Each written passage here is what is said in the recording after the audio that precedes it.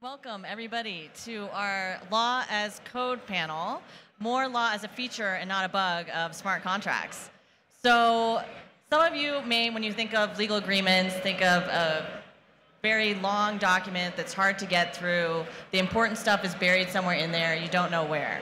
How can we improve this in Web3 and add more legal hooks into smart contracts, make the key terms more readable and accessible? So I am very thrilled to be here with this panel of expert lawyer builders, and I'll let you guys introduce yourselves.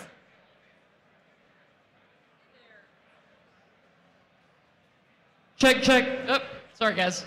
Hey there. My name is Jordan Teague, and I am a lawyer by day, coder by night. So my main gig is I'm the general counsel of the Graph Foundation. If you're a developer, you've probably heard of the Graph, critical infrastructure in Web3. I'm also one of the founders of a crypto-native law firm called The Anti-Firm, serving clients all across the Web3 space, and a co-founder of Kali DAO, a DAO deployer platform. It does work. Hi guys, my name is Austin. I'm co-founder of Kino.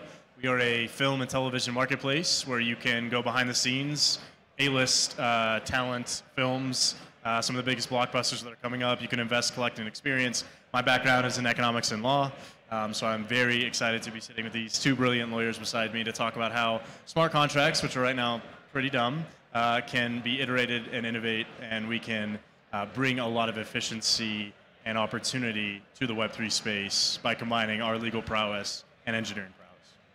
Awesome. And I'm Diana Stern, the general counsel of Palm NFT Studio. We're a tech company working with leading brands and artists to help them deepen fan engagement and expand their audiences using NFTs.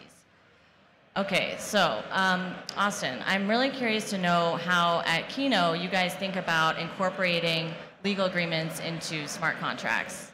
Yeah, definitely. So there's two sides to what we do at Kino. There's sort of the consumer side, which is if you as a fan really love a particular film, you could come to our platform and buy, we don't even call them NFTs, we call them smart contracted assets. You could buy an NFT that represents your rights or a particular prop, right?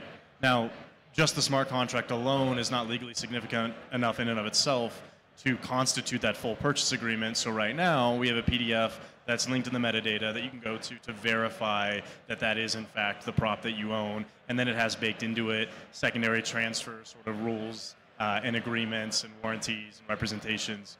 But I think what the goal for a lot of our companies, especially at Kino, is how do we start going from the PDF to everything on chain? How do we start to pull those material terms and get them on chain, but not just in a way that it lives in the metadata and you could just read it later, in a way that we're actually taking material clauses and turning those into logic statements that have certain triggers when certain events happen, because that's how we really start to create a more efficient system where a young artist who wants to start a film and doesn't have thousands of dollars to go pay a lawyer can actually put together a production company and get their IP to the big screen. That makes a lot of sense. We have a hell yeah from the audience. Yeah, that makes a lot of sense, like looking both from a process perspective at efficiency and also how you can add more features in terms of what people can do with the agreements that they have and adding on. And Jordan, I'm curious to hear at Kali DAO how you guys look at integrating rights and legal agreements into the work that you do in entity incorporation. Yeah, so Kali DAO was really founded on kind of the principle of Ricardian contracts. I don't know if you're familiar with the term Ricardian contract, and maybe the audience isn't. But the idea of a Ricardian contract is it's something that's both human readable and machine readable. So it's something that's useful to both people and smart contracts or AI or what have you. And so at Kali, we were trying to think, how can we create a holistic platform where DAOs can govern themselves, they can move money, they can also interact with the legal system, they can define rights and responsibilities between each other. And so what we developed is a DAO platform, which is not too unlike other ones that you might be familiar with, Moloch DAO, or all the other ones that are out there. But one of the things that we've integrated in that is not in other platforms is a link to legal wrappers. And so there are actually some legal wrappers that you can form in Kali directly on chain without having to actually even go to the government and file anything. So for an example, an unincorporated nonprofit association, that's a pretty popular one in crypto these days, so you might be familiar with that. You don't have to go to your state and say, hey, Secretary of State, here's a filing fee, here's our incorporation documents. All you have to do is agree among yourselves, this is how we want to govern ourselves, this is what we are. And so that's actually something you can do right on chain. And so that's one of the features that we have incorporated in. You can just do it through a DAO vote. Interesting. And I'm curious in the audience, how many people here are developers? Okay. Lawyers? Founders or business side folks? Okay. So any artists? Oh, okay. Awesome. We have a great mix here. So both of you guys kind of brought up the idea of how you can incorporate more rights through, from a technological perspective, through smart contracts. How do you think about how to surface what rights people are getting in a way that's understandable from end users? Like really looking at the UI perspective. Like I know at Palm NFT Studio, it's something we think about, and one solution is having simple FAQ, you know, on a landing page that break things down. And there can be debates around the legal risk of that because then you kind of have two different sets of terms, arguably. But we think it's really important for people to understand what they're getting and understand how the NFTs work. So I'm curious, Austin, if you want to start on that. Yeah, I mean, I think this isn't even necessarily a Web3 problem, terms of service. Who here has actually read terms of service on Facebook or Instagram? Who goes to the footer and clicks that tiny little link that we all purposely make really gray and really small and then goes to the 20 page? Nobody does, right? And I think that's actually a huge problem. You know, talk about notice. Like notice was given, and we could go to Supreme Court cases that are there, but it's pretty bad UX. It's legally allowed, but at the end of the day, we actually don't know what rules are governing our use of these different platforms. And so I think what's exciting is the idealism of Web3, bringing those to the forefront and just being more upfront and transparent. You know, so if you're going to buy a particular behind-the-scenes pass on the Kino platform and there's artwork attached, we'll be very clear that you are not now the IP owner of the movie poster for that movie. And we're going to make it very clear that, that's not yours that you can then go license and go, have an art show and make money off of. You just own a card, like a baseball card or a Pokemon card, right? It's a collectible. But if you buy an actual share in one of our films, and you have ownership in that, that is real, and you actually have ownership, and you own, let's say, 1%, and you're going to be owed future profits rights, to the film when it gets distributed.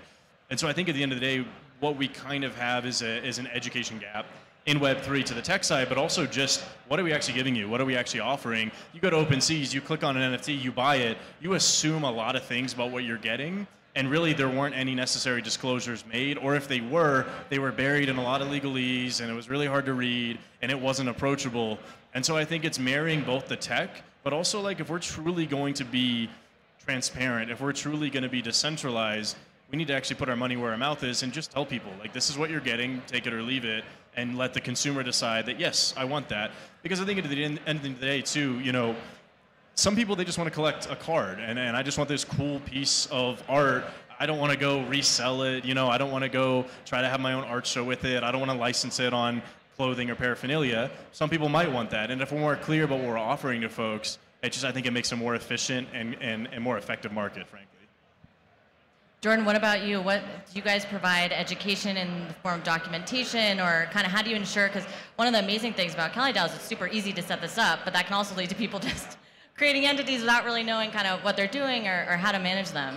Yeah, absolutely. So I think, first and foremost, we put legal incorporation documents right there on the DAO dashboard, so it's very obvious, here they are. It's right there in the smart contract or wallet, depending on how the DAO is set up, so that this is the legal documentation associated with it. But then, kind of more broadly, and this isn't really a Kali issue, but it's more of just a UX, UI issue in Web3. And maybe this is a symptom of having a lot of developers, but not a lot of designers and UI devs in Web3 yet. But take a MetaMask transaction. Have you ever signed a MetaMask transaction and really been able to read and understand what you were signing? It's just all this binary. That's a problem that we have to solve, I think. It's crucial. We need to be able to understand what we're signing, or it completely undermines the value proposition. Okay, so looking into the future, how can we get more Web3 with the way we define this stuff? Like, what if the terms of an NFT that, let's say, a DAO holds, the DAO holders could vote on, or having more collector communities controlling governance around, like, I think of the Palm Foundation, the Palm Network. You know, we have a group of creators and artists that are taking a role in governing that NFT optimized chain. So how can we kind of be more distributed or grassroots in terms of coming up with legal rights that people are interacting with in this space? I mean, I think UX is really the answer at the end of the day. I think you're exactly right. Is we have a lot of scaffolding right now, and it's great scaffolding, and we have brilliant engineers who are creating really brilliant blockchain protocols and layer 2s and layer 3s and dApps and all sorts of things. But when my mom comes and pulls up MetaMask, she goes, "What the hell is this? This is a lot of numbers," right? Or even my little sister. Your mom pulled up MetaMask? That's impressive. She wanted to see what I'm doing with my time. It's actually real. And so I think, for example, we did an NFT launch yesterday as a film company. We did a screening of the documentary Ithaca. It's about Julian Assange. Highly recommend go to find it. You can go to kino.studio/Ithaca. You can go mint a free NFT. We're doing it on the Near protocol. They're one of our strategic partners. When I went there, we actually have some information in our metadata. When I went to the Near wallet and pulled it up, it didn't have any of the information contained there, visible at all. The UX was very pretty. I think the Near wallet is a very pretty UX, but it didn't actually show in the metadata. And we were kind of bummed as a team. We were like, we spent all this time. We had the rights in there. We had the PDF for the contract, and it wasn't even pulled up in the wallet. So I think it's a lot of great stuff is being built in the back end. It's being built under the hood. It's just now we need to be able to show people, and if you have the rights to vote, you should be able to clearly see, okay, this is here, and not only that, but then I have a button to take me to that voting protocol or mechanism, whatever the dApp is, right? Or if it's, I have this percentage ownership, here is where that is, and also if I need to change the wallet that this goes to, I have that ability. That gets into a complex system. But really at the end of the day, it's bringing up, and as we talked about before, sort of the Ricardian contract. It's fascinating because a lot of what we're doing right now is very machine readable and developer readable, but it's not like average Joe readable. And we need to get to a point where average Joe can not only read it, but also he can write it. Because if you're a young artist, or you want to found a company, or you want to found a project, you should be able to go write a smart contract. Because if only developers and lawyers can be the ones to write smart contracts, have we really changed that much? We've just created new middlemen, right? And so how do we get to that point where the design is good enough that we can all interact with it easily? Yeah, and that also brings me to a point that, Jordan, I want to get your thoughts on, which was taking the idea of a browser that enforces privacy preferences and looking at applying that to, example, NFTs. So let's say I only want CC0 NFTs. I don't have to read the terms of service for every single NFT. I can select within my wallet, I only want NFTs that are CC0. Now there's going to be well, I would love, Jordan, what kind of are the first things we would need to start thinking about to get something like that up? Yeah, well, so I think what you're getting at is, with CC0, you have all these terms, they're always the same. You don't want to read them to confirm, that's a CC0 license, cool. I'm good with buying that NFT. Can we not reduce this to something that's more machine readable, that we can kind of package everything up, and then you as a user could express a preference of, these are the kinds of assets that I want to buy, right? And I mean, I think that's definitely something that we can accomplish, but unfortunately in the legal profession, and the other lawyers in the audience, I think, would agree with me, we're not incentivized as lawyers to make things simple. And so it really depends on all of us lawyers that are in the room here that really believe in the ethos of Web3 and open source to drive that progress. And, to be able to say, we're going to basically trade the ability to bill all of these hours in favor of making things simpler for people.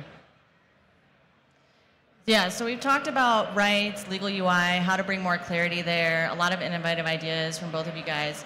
Let's move on to enforcement of those rights. So right now, traditional legal Web2 experience, the threat of litigation, don't breach the terms of service because you're going to get a nasty cease and desist letter.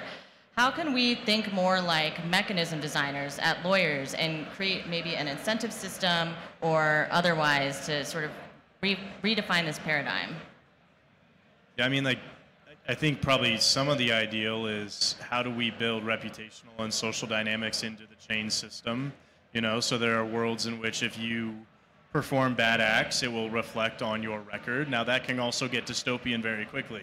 If you have a record of every bad thing you've ever done and that sticks with you forever, that's a little scary, And so sometimes there is a world in which we say, okay, the legal system is there for a reason. We have certain privacy, we have the ability to expunge records, but also maybe if you're just a user across Web3 and you violate certain terms of service, that might, trace with you to other platforms. Maybe. Or maybe that's a terrible idea. We're not exploring any of that on Kino yet, for the record, so if you violate our terms of service, that'll be a traditionally handled matter, and probably we won't sue you for that because, you just won't be able to use the website. But I think that probably starting with more transparency, these are the ways that we expect our users to act within our little silos, and then these are the ways that you can take your assets and use them on different places.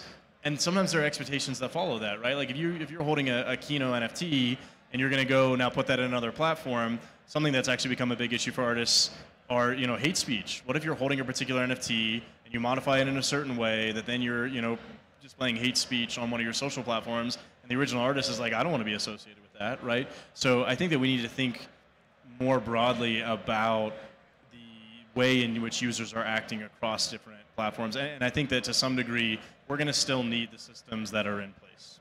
Like at the end of the day, litigation is not going to go away. We're not all going to live in a beautiful world where we're just all gamifying and we have badges and like, oh no, you're at a -10 and I'm at a +20 today, right? But to some degree too, I think that we can just make it easier and more simple for users to understand what's expected of them in certain places. Yeah, and just to jump in there, I think it's worth taking a step back and thinking about what the word enforcement means. I think that in Web3 and in crypto, we can get really obsessed with this idea of enforcement on chain, and everything should be enforceable on chain. But look, here's the deal. There's really nothing enforceable, really, other than your seed phrase and your ability to protect it. There are all of these off-chain games that make Ethereum possible, or that make all these other blockchains possible. And so we shouldn't discount, like Austin said, the value of other incentive mechanisms. And I think that social norms, we really shouldn't discount the power of that. I really predict that social norms, and we were talking before this panel, something along the lines of fair trade buyer status, for instance. You're a good NFT buyer that pays royalties to artists, that kind of thing. I think that's really where this is going to go. Yeah, because it's something that people can feel good about. You could get, artists may be incentivized to give you special access if you have that fair trade status. It's a great example of a social incentive or a social norm that could help. Or there's also a project by an artist named Nancy Baker Cahill and a lawyer named Sarah Odenkirk where you got additional benefits from the NFT if you agreed to the terms of service. So they went with like an opt-in model where they gave you something extra for signing up, which I like because it, ease of entry and exit and self-sovereignty and not creating lock-in, I think, is important for the Web3 ethos. Okay, so I see our timer counting down. Any parting words, or should we close it out here? Thanks for listening. Yes, thank you, everybody. Everybody.